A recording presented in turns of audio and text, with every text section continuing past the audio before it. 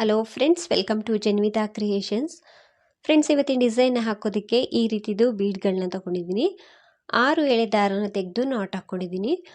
Needle ಬಂದು 10.075 mm ತೊಗೊಂಡಿದ್ದೀನಿ. 11 ಆದರೂ ಆಗುತ್ತೆ.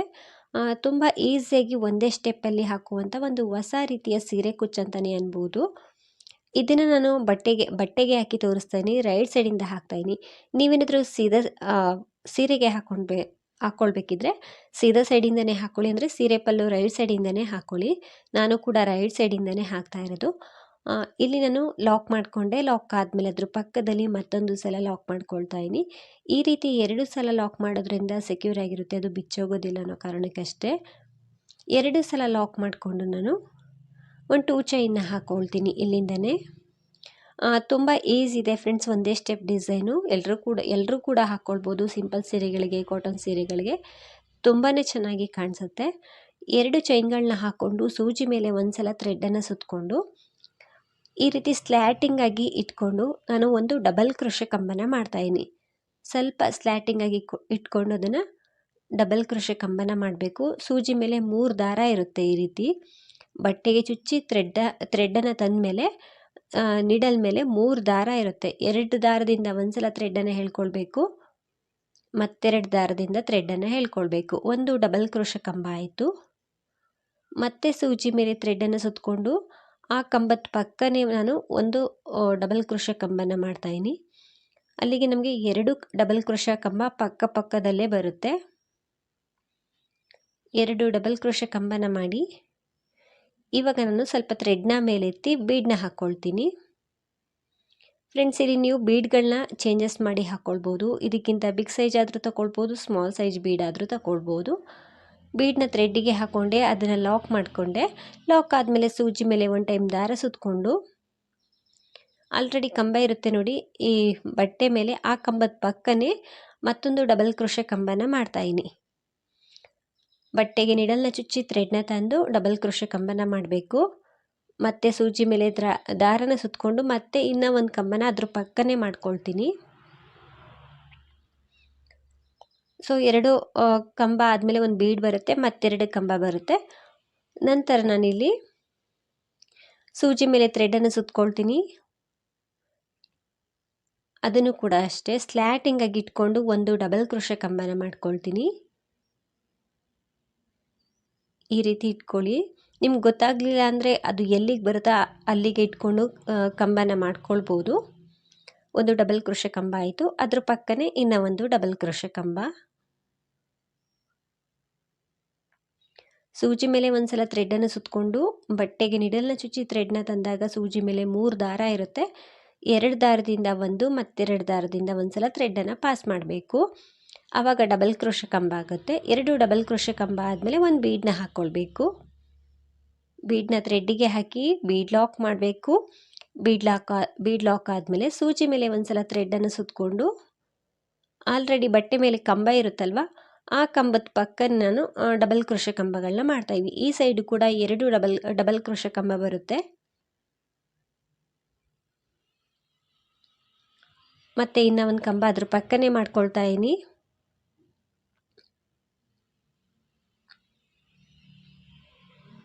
ಮತ್ತು ನಾನು ಇವಾಗ ಸೂಜಿ ಮೇಲೆ ಥ್ರೆಡ್ಡನ್ನು ಸುತ್ತಕೊಂಡು ಸ್ಲ್ಯಾಟಿಂಗ್ ಆಗಿ ಇಟ್ಕೊಂಡು ಒಂದು ಡಬಲ್ ಕ್ರೋಶೆ ಕಂಬ,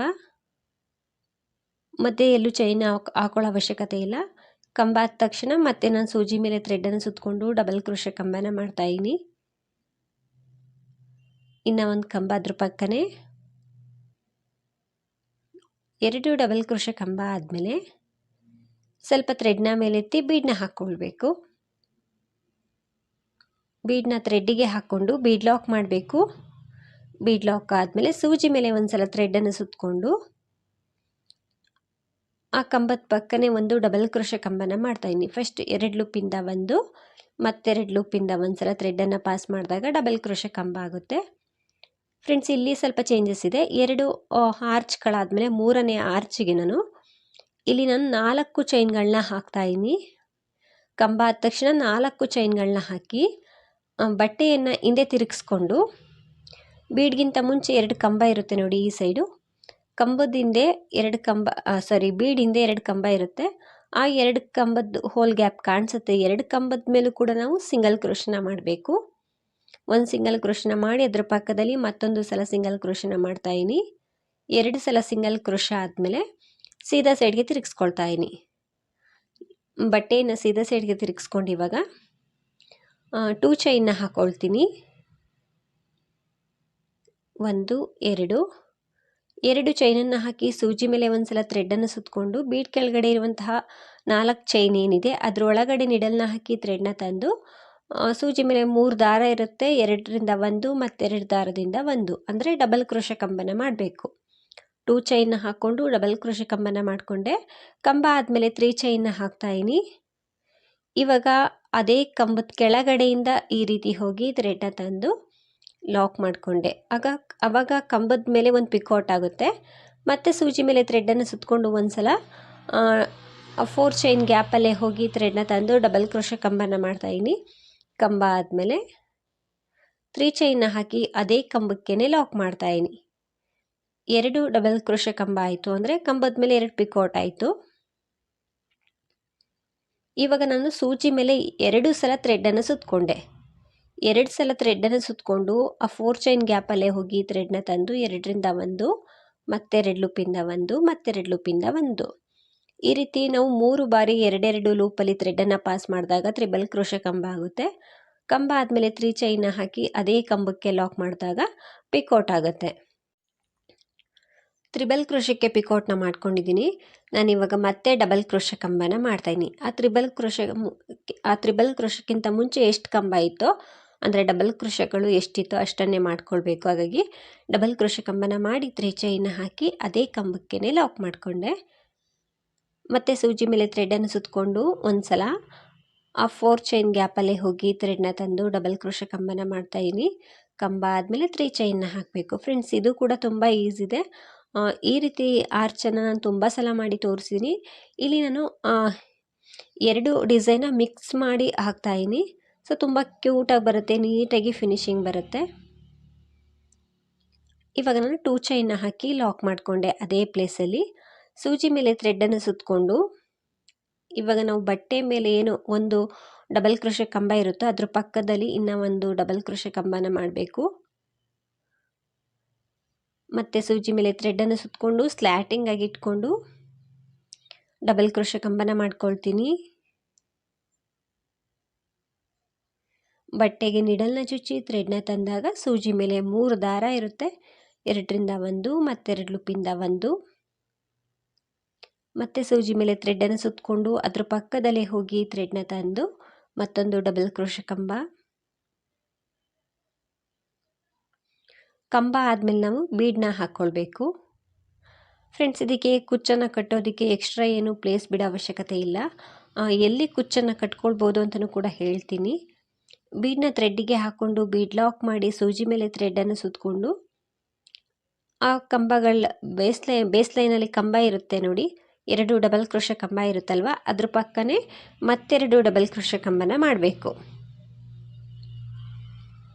ಒಂದು ಕಂಬ ಆಯಿತು, ಮತ್ತೊಂದು ಕಂಬನ ಮಾಡ್ತಾಯಿದ್ದೀನಿ.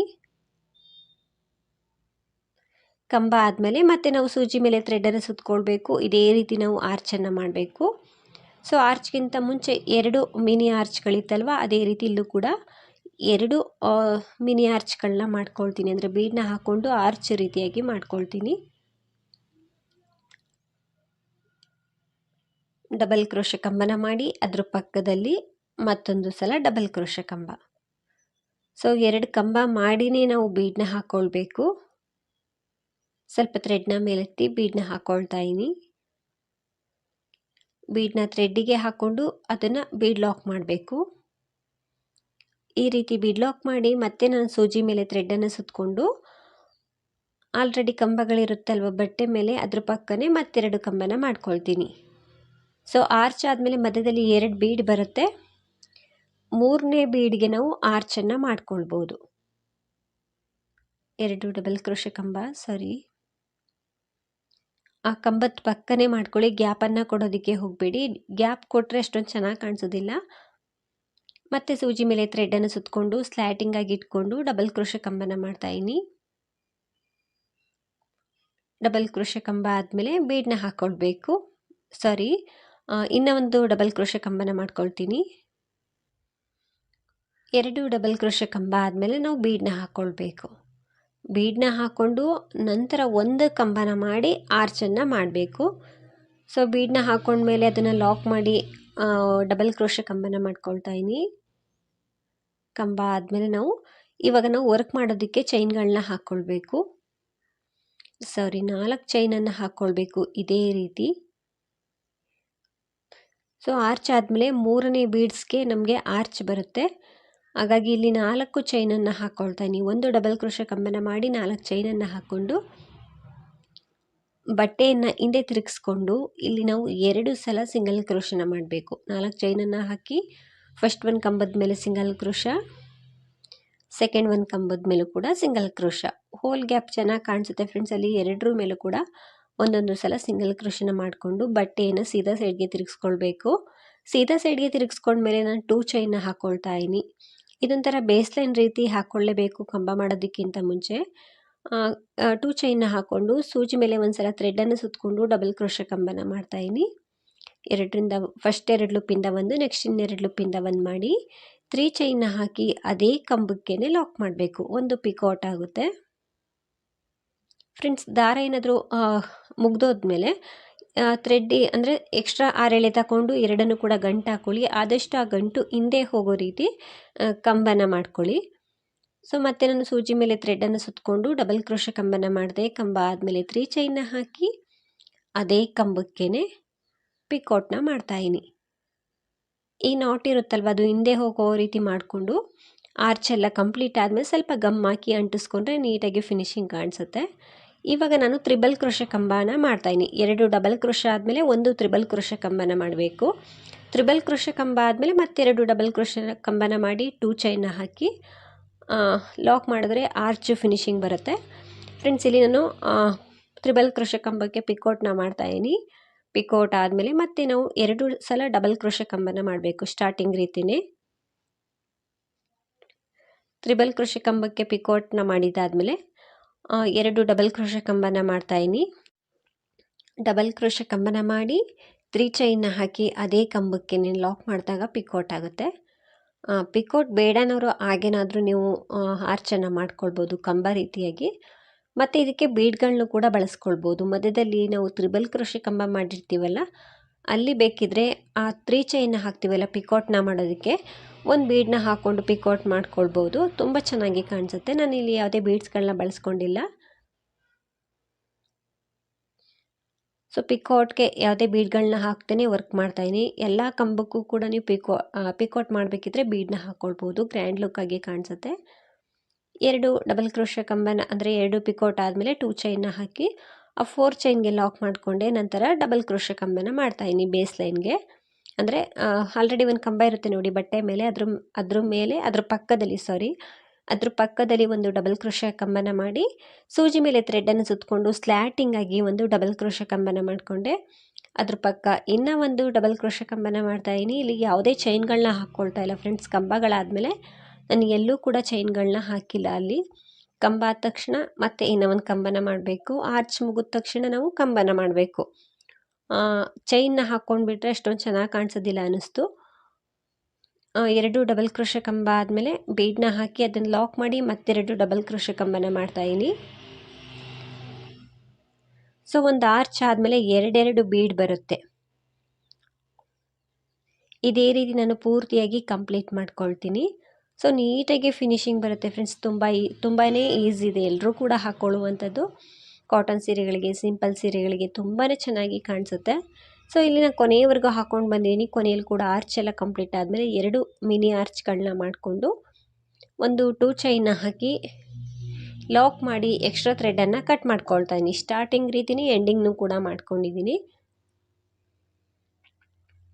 ಈ ಎಕ್ಸ್ಟ್ರಾ ಥ್ರೆಡನ್ನು ಹಿಂದೆ ಸ್ವಲ್ಪ ಗಮ್ ಹಾಕಿ ನೀಟಾಗಿ ಅಂಟಿಸ್ಕೊಳ್ಬೇಕು. ಇದಕ್ಕೆ ನಾವು ಈ ಗ್ಯಾಪಲ್ಲಿ ಕುಚ್ಚನ್ನು ಕಟ್ಕೊಳ್ಬೇಕು. ಇಲ್ಲಿ ಯಾವುದೇ ಚೈನ್ಗಳನ್ನ ಬಿಟ್ಟಿಲ್ಲ, ಆದರೂ ಕೂಡ ನೀಟಾಗಿ ಕುಚ್ಚನ್ನು ಕಟ್ಕೊಳ್ಬೋದು. ಸೊ ಇದಕ್ಕೆ ನಾನು ಕುಚ್ಚನ್ನು ಕೂಡ ಹಾಕಿ ತೋರಿಸ್ತೀನಿ ಹೇಗೆ ಕಾಣಿಸುತ್ತೆ ಅಂತ ಫ್ರೆಂಡ್ಸ್. ಇದಕ್ಕೆ ಕುಚ್ಚನ್ನು ಕಟ್ಟಿದ್ಮೇಲೆ ಈ ರೀತಿ ಕಾಣಿಸುತ್ತೆ ಡಿಸೈನು. ಸೊ ತುಂಬಾ ಚೆನ್ನಾಗಿ ಬಂದಿದೆ, ನೀಟಾಗಿ ಫಿನಿಶಿಂಗ್ ಬಂದಿದೆ. ಎಲ್ಲರೂ ಕೂಡ ಹಾಕ್ಕೊಳ್ಬೋದು, ಒಂದೇ ಸ್ಟೆಪ್ಪು ಫಾಸ್ಟಾಗಿ ಹಾಕ್ಕೊಳ್ತಾ ಹೋಗ್ಬೋದು. ಸೊ ಪ್ರೈಸ್ ಬಂದಿದ್ದಕ್ಕೆ ಒಂದು 350ಇಂದ 450ವರೆಗೂ ಚಾರ್ಜ್ ಮಾಡ್ಬೋದು. ನಿಮ್ಮ ಪ್ಲೇಸ್ ಮೇಲೆ ಡಿಪೆಂಡ್ ಆಗಿರುತ್ತೆ ಫ್ರೆಂಡ್ಸ್, ಇಷ್ಟೇ ಅಂತ ಹೇಳೋಕ್ಕಾಗೋದಿಲ್ಲ, ಹೆಚ್ಚು ಕಡಿಮೆ ಮಾಡ್ಕೊಳ್ಬೋದು. ಈ ಡಿಸೈನ್ ಎಲ್ರಿಗೂ ಕೂಡ ಇಷ್ಟ ಆಗಿದೆ ಅಂದ್ಕೊಳ್ತೀನಿ. ನೀವೇನಾದರೂ ಯೂಟ್ಯೂಬಲ್ಲಿ ನೋಡ್ತಿದ್ರೆ ಹೊಸಬ್ರಾಗಿದ್ದರೆ ಪ್ಲೀಸ್ ಸಬ್ಸ್ಕ್ರೈಬ್ ಮಾಡಿ, ಸಪೋರ್ಟ್ ಮಾಡಿ. ಹಾಗೆಯೇ ಫೇಸ್ಬುಕ್ಕಲ್ಲಿ ಏನಾದರೂ ವಾಚ್ ಮಾಡ್ತಿದ್ರೆ ಫೇಸ್ಬುಕ್ ಪೇಜನ್ನು ಫಾಲೋ ಮಾಡಿ. ಆವಾಗ ನಾನು ಹಾಕೋ ಎಲ್ಲ ವಿಡಿಯೋ ನೋಟಿಫಿಕೇಷನ್ ನಿಮಗೆ ಬರುತ್ತೆ, ನೀವೇ ಮೊದಲು ನೋಡ್ಬೋದು. ಡಿಸೈನ್ ಅಂತೂ ತುಂಬಾ ಈಸಿ ಇದೆ, ಎಲ್ಲರೂ ಕೂಡ ಒಮ್ಮೆ ಟ್ರೈ ಮಾಡಿ. ಆದಷ್ಟು ವಿಡಿಯೋನ ಲೈಕ್ ಮಾಡಿ, ಶೇರ್ ಮಾಡಿ. ನೀವೊಮ್ಮೆ ಟ್ರೈ ಮಾಡಿ. ಡಿಸೈನ್ ತುಂಬಾ ಈಸಿ ಇದೆ, ನೋಡೋದಕ್ಕೂ ಕೂಡ ತುಂಬಾ ಗ್ರ್ಯಾಂಡ್ ಲುಕ್ ಆಗಿ ಕಾಣಿಸ್ತಿತ್ತು. Thank you.